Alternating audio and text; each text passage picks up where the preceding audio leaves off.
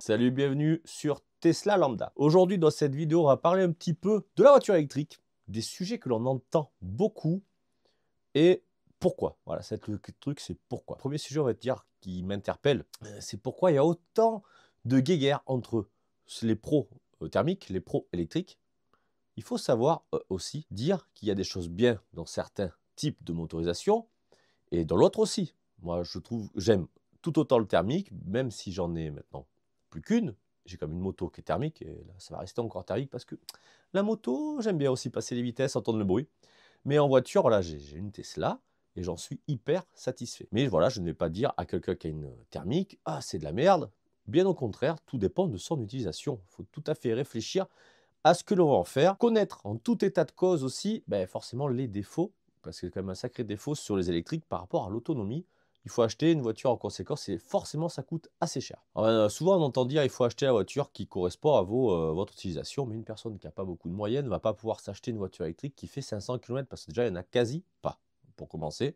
Même une Tesla, encore plus une standard, on est à 250 bornes, 300 maxi sur autoroute. Donc déjà voilà, ça c'est un sujet que je ne comprends pas et c'est un problème qui ne doit pas en être un d'ailleurs, je trouve, entre de choisir et de faire une guéguerre entre les pros thermiques et les pros électriques.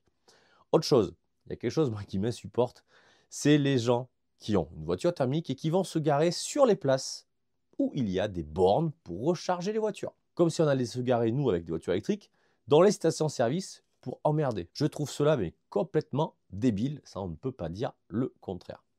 S'il y a des places exprès pour voiture électrique, on laisse le mec, s'il s'est fait je ne sais pas combien d'heures de route et qu'il a besoin absolument de recharger, il arrive, il voit une voiture qui est garée à la place et s'il n'y a pas d'autre choix, comment il fait quoi? Enfin, j'en sais rien, c'est un truc logique, c'est le bon sens. C'est aussi le savoir-vivre, mais bon, ça malheureusement, plus ça va, moins il y en a. Et dernier petit point, donc c'est une vidéo très rapide, c'est juste voilà, pour vous faire réagir en commentaire, parce que je veux avoir un petit peu votre avis. Tesla, hors note Tesla. Par rapport à tous les déboires d'Elon Musk, voilà, moi j'ai acheté Tesla, pas par rapport à Elon Musk, simplement parce que j'aime la technologie, j'aime la voiture, ce qu'elle propose, car il ne faut pas se cacher, il ne faut pas se leurrer. Et il reste encore, je trouve, une référence dans la voiture électrique. Tesla, on ne peut pas dire qu'il y a beaucoup mieux ailleurs. Xpeng commence à se rapprocher, mais copie énormément, même s'il y en a qui vont dire que le nouveau modèle Y copie Xpeng le G6, c'est plutôt l'inverse. Tesla avait déjà sorti le bandeau LED devant avec le Tesla Cybertruck, déjà pour commencer. Et réellement, même l'intérieur, l'interface et tout, tout le monde essaye, enfin, beaucoup essaient de copier, mais on va dire que la copie, c'est bien joli, mais on n'arrive pas au même niveau. Déjà, consommation, l'efficience, elle est quand même terrible. Le réseau des superchargeurs, moi, je trouve que c'est ce qui fait la force de Tesla. Ça fonctionne extrêmement bien. Tout le monde aussi critique, oui, la plateforme 400 volts, c'est dépassé. Bah non, écoute, on est à 400 volts. Le 20-80%, tu le fais en un quart d'heure. 18 minutes si tu n'as pas de chance.